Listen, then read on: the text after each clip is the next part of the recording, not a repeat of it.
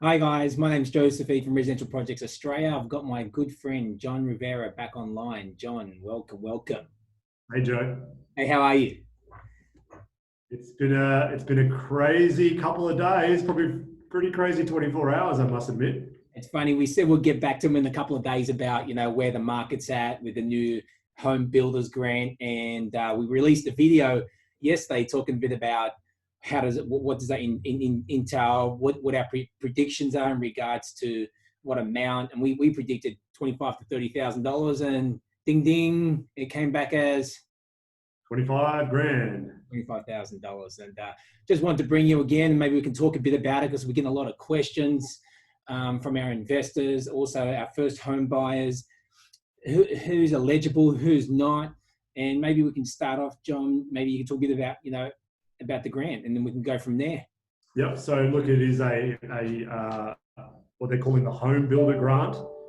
It is for all owner occupiers who are eligible under the criteria, and this includes first home buyers. And the great news is that it's actually for contracts as of today, the 4th of June Today. to the 31st of December. So this is a pretty incredible offer that the government has obviously put forward. It's for building new homes, and there's also a renovation piece in there, which they've brought out. And look, it's across the country. And so for me, it's a pretty amazing offer that, again, remember we talked about this in our presentations, Joe, about calling the market a little bit too early about some of the challenges it may be facing. And lo and behold, what do we say? They're going to stimulate construction, and they're going to stimulate the residential market. So this is a big shot in the arm. And I think if you're a first homeowner, owner-occupier, this is for some of the states, because this is the other thing too, Joe, is that you can actually still use your state's existing grants as well. So for example, in Queensland, if you're getting 15 from from the state government, 25 from the federal government, that's 40 grand right now that you can take advantage of as a first homeowner. Also, the possibility of the super scheme too that you'd still be entitled to, which comes out of the new waiver packages that they've brought out, you'd also be entitled to. This is on top of the state and federal government stimulus packages currently at the moment. So let's talk a bit about, who's eligible, the criteria. We know that number one, you have to be an Australian citizen. Number two, you have to be over the age of 18 years old. Number three, as a single owner, you can't earn above 125,000. As a couple, you can't earn above 200,000. It must be either an owner-occupied home or a house that you intend to build as an owner-occupied home and living, correct? Correct. Okay, and so from there, what are some of the criterias in regards to how they're going to assess this? I know that they're going to validate your income through your tax returns. How do people apply for it? And I know there's a few different, ways that you can apply, but from your perspective, how do you see, I know that the banks have to approve the applications if it's a new home buyer. How do you see the impact on the market? Because I'm really excited about it. I guess the properties that are currently in play right now, we're going to see a bit of an increase in prices because developers are going to see an opportunity in this, and they're going to see that, they don't have to offer incentives because there are going to be a lot of new home buyers or owner occupiers entering, upgrading their homes and doing certain things like that. So look, let me probably answer a couple of those questions you've asked about, how do I apply for it, and where do I get the home builder? Well, the federal government is actually asking that you go through your local or through the state government.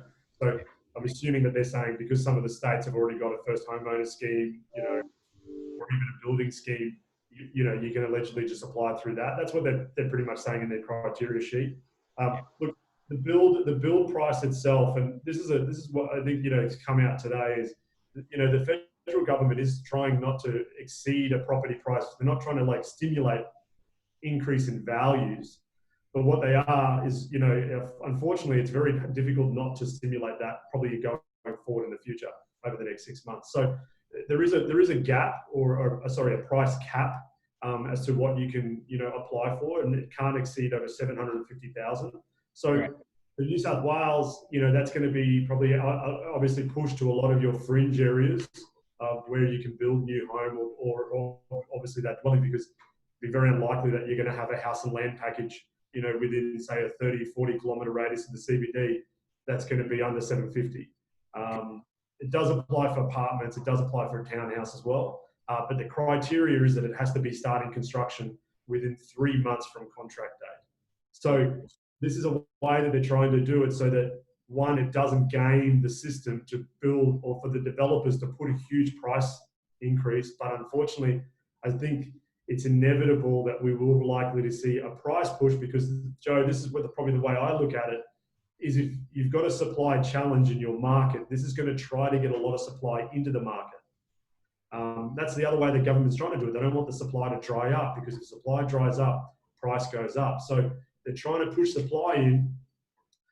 It's not easy to bring new development supply in, particularly in certain markets. And, we know that, I'm going to bring Queensland up again, is that Queensland going into COVID was probably the market on the East Coast that has the least amount of supply in it at the moment. So this will be a challenge, no doubt, for Queensland, but it is also the one that has the best affordability out of the East Coast states, so and particularly the East Coast capital cities. So to me, it's a great grant for Queenslanders, and particularly for Southeast Queenslanders. Probably a good one for some Melbourne people. Buyers too. What's that? People for first home buyers. First home buyers are basically having a potential grant of up to $40,000. Correct, and that to me is, I think, what a shot in the arm if you can take this opportunity right now, for a first home buyer to get in. And look, for investors, generally, because this is not just tackling a first home buyer, it's actually tackling the owner-occupier market.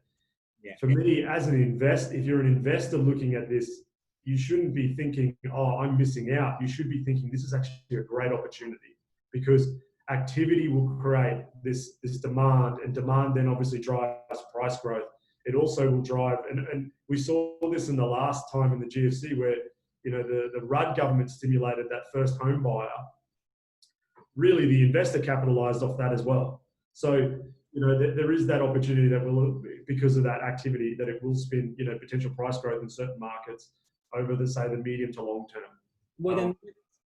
Well, sorry, mate. Sorry, I didn't mean to cut you off. But let's think about so you've got this stimulus package regarding new builds, and there are different. Even if you've got land and you're about to build it, you're still eligible for these type of grants.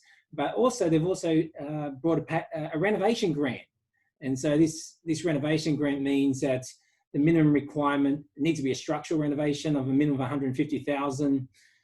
But once again, the value of your home cannot exceed 1.5 million before the renovation takes place. So between 150,000 and 750,000 reno can take place, and you can add value to your home. And this is your owner-occupied home. Remember this. This is not an investment home. It's for your owner-occupied home. It doesn't mean you can do swimming pools, spas, tennis court out the back. None of that is included in this stimulus package. And that's why we truly, I think we're going to see some really good movement in the new construction marketplace. Well, look, I mean, this will no doubt lead to, in my opinion, it will lead to an increase in the cost of renovations, largely because of demand. We will see, it will be hard. You probably won't be able to get that competitive price on your build, but, it is a good shot in the arm for everybody employed, not only for the building industry, but all the sub-industries that come out of that manufacturing, who builds the taps, the sinks, the bricks, like the resources that are required from this, the flow-on effect that this can have in an economy is great, over the 6 months. So to me, yes, yesterday we saw the GDP figures come out. Yes, we came into a negative period there of 0.3%. Yes, we'll probably likely see the GDP in the June quarter, hit a second consecutive quarter of negative territory, technically putting us into a recession. But my opinion is that we might see that September quarter with a slower negative GDP result, and hopefully by December coming back into a green. So hopefully this recession on the back of these stimuluses that we see, plus the fact that we're dealing with COVID so well as we go into the winter, that hopefully, that we can keep this contained. And look, what's happening around the world, Joe, for me, I can just see that, we were talking about this, like even the film industry, they're thinking about obviously stimulating the arts. Like that's an industry that, is such a big player across the world. If you can't film in the US or you can't film in, South America or Europe, that's going to come to Australia. So this safe haven approach I just think that the doomsayer at the moment has to be careful. I'm going to first to say it. All those big statements that came out, if you're one of those guys that have made that, I'd be looking at your figures right now and having a good hard look at yourself, because I think you've made a mistake. I think you've bet on the wrong horse there. You haven't bet on Australia. And this is a government that's investing in Australians. And I'm proud. I'm so proud of our government and what they're doing. This is to me something that hopefully will be short-lived. So I think, let's give an example of a couple of situations. I know, once again, most of the states, if we talk about the eastern border of Australia, New South Wales, Victoria, and Brisbane, Victoria and New South Wales has the $10,000 first home buyers grant on top of this builder's grant. If you're a first home buyer, you could be eligible for that. If you need help with that, give us a call and we can point you in the right direction and help you with that. But if you're a Queenslander, first home buyer's grant there is $15,000 plus this $25,000 home builders grant, which is basically a $40,000 grant. So there's great opportunity there to capture right now. If you're thinking about investing, that's definitely a time to definitely consider looking at that. When I say investing, buying your own home. Absolutely, buying your own home. But look, for me, the investor, this is also a time for the investor to still be operating. 100%. I think this is sentiment now. This is all about consuming, going back to consuming a good, which ultimately what we see as residential property. So this is a good sign for investors, because think about this: if we can actually see the owner occupier purchasing property, even existing properties that may come up because of either pain, that's less properties that will obviously create an effect on the market. So to me, this is actually a bubble that will hopefully sustain potentially a rough period for some people if that did come about. So for me, as an investor personally, to me, this is just a great shot in the arm that the market needed. And look, for everybody in construction now whose lives are associated with this, to me, I've got a lot of friends who are in the trades. This is a great opportunity for them and their families. And look, for a lot of people that potentially have lost their jobs because of COVID, this is potentially a way that you could enter the job force, because they will need you. Yeah. This will be an employment force. So for me, this is I keep saying it, Joe, don't bet on this market to lose at the moment. I think that's not, I think, Joe, we were hedging the other way, and I think we made that right decision so far. Well, I think, considering that an owner occupier gets into the market and they tend to purchase their home a bit more emotionally, they tend to upgrade their home, they spend more in their home, that will also increase that marketplace in pricing. And if you're an investor that's got in prior to this, or you're looking at getting into the market, I think we have a good short window, a period that we're going to see some, I guess, potential growth and a lot higher demand in the market. They're predicting 30,000 new slabs to be built over the next 12 months, and they need that to happen. So we're going to see some really good, I guess, potential growth out there. So, getting back to, I guess, what are some of the examples? Let's just assume you're a first home buyer looking at buying a house and land package. The property price needs to be below $750 to access this home builders grant. What's the process? Well, look, there's definitely a number of examples, and if you actually go to the fact sheets that they've released, and maybe, Joe, you can put them in the link, because there's a lot of detail there. It does show you scenarios if you're looking at an apartment, or if you're looking at house and land, or you're looking at renovating. They are giving you some pretty good examples there. But the ultimate one for me is that there is a strict criteria about when you start. So when you sign and when you start. And remember, if it's already under construction, by way I'm interpreting it, if it's already under construction, it may not qualify. So it has to. But if it's a land and you own the land and then you're going to build after you make your first drawdown payment, you are entitled to. Correct. So it's about when construction starts. It's when boots can start on the ground. So there's a bit of fine print there, but I do encourage everybody to pick up the fact sheet if you are in this environment or looking to own or buy. You know, Joe, I think that you've got the fact sheets. I've got them. They've done a pretty good job quickly of getting this out there and aligning it. So there's quite good examples out there. And what I'll do is I'll put you the link directly to the home builders scheme directly from the government, so you can clearly see some examples how that works. If you're still unsure, what you can do is connect with us, reach out, and we can go through that with you.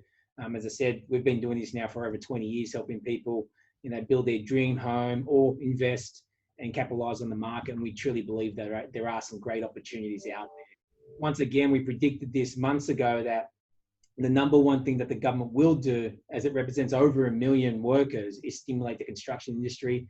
And that's how we can clearly see that. Just remember, we've got a short time period, 3 months, starting from today, to actually sign a contract for a renovation or a new build to really capture this $25,000 grant. And so, yeah, so if there's something you're interested in, you can reach out with us and we can help you with that. Other than that, John, is there anything else you want to say about the stimulus package that they have? Also, I just want to mention that this is, once again, remember, on top of any other state government stimulus package that they've currently offered at the moment. So there's some really good incentives out there to be able to get into the market when you couldn't before. Absolutely. Look, from my end, guys, it's a good shot in the arm for the industry. And for me, for anybody who is potentially going to be thinking about trying to find a new career or a job, like this is this could be an opportunity to move away from, say, a challenging industry like maybe hospitality or even the airline industry. If you've got skills, to me, this could be a great opportunity to see some job growth back in the market. So I'm hoping that this comes through really well. I did have a question, and I know the answer to this, but people were saying to me, well, how are they going to control the build, the renovation, and how are they going to be able to solicit and monitor this type of renovation? Because the one thing that they did stipulate is you can't be an owner builder renovating your own home. It has to be contracted out and it has to be a third party link. You can't be associated in any way. And I thought that was a really good idea how they actually did that. They required a builder's license. It's an integrity cause, right? Like it's not trying to game it. It's not trying to promote price growth. I really do see that they are trying to promote job growth. I love that. But like I said, unfortunately in doing it, I think it's inevitable to see it, that it's a supply and demand. For me, it's still supply and demand. If you've got the demand and you haven't got the supply, it's inevitable. So, but again, the key thing is job growth, and that to me is great for stimulus. It's great for the economy. It's getting us back on track, and that's what I think is most important. Yeah, and just the other thing too is, even if you're thinking about moving out of your current home and buying a new home, you're still entitled to this package. So just remember, it's not if you're a first home buyer. First home buyers are definitely entitled to this builder's grant on top of the first home buyer's grant, but it's any owner occupier that is looking at either upgrading their house that the value is under $1.5 million in a renovation side of things, or someone that's looking at buying a new home under $750,000. So I hope that makes sense. It just came out this morning when we wanted to touch base on that and make sure we keep you guys informed. Once again, John, it's always good chatting with you. And when we hear something else, we'll come back and keep you updated. Awesome. Thanks, Joe. Have a good day. Take care, buddy. Look after yourself. Bye-bye.